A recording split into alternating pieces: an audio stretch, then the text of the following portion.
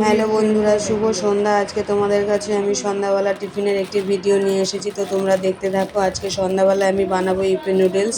তো প্রথমে আমি নুডলসগুলোকে জলের মধ্যে সিদ্ধ করে নেব। নুডলসগুলি ভালো করে সিদ্ধ হয়ে গেলে আমি এটিকে ছেঁকে নেব। নুডলসগুলি আমার সিদ্ধ হয়ে গেছে, এবার আমি এগুলোকে ছেঁকে নেব। তারপর কড়াইয়ের মধ্যে অল্প সামান্য তেল দিয়ে এর মধ্যে পেঁয়াজ কুচি আর টমেটো কুচি দিয়ে এগুলোকে ভালো করে নাড়িয়ে নেব।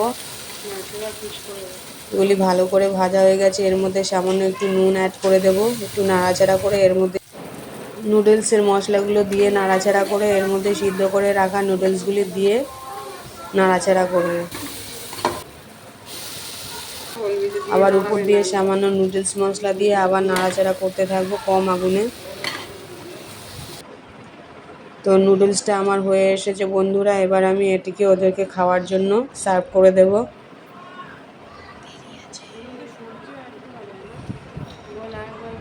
কেমন হয়েছে বাবু খেতে?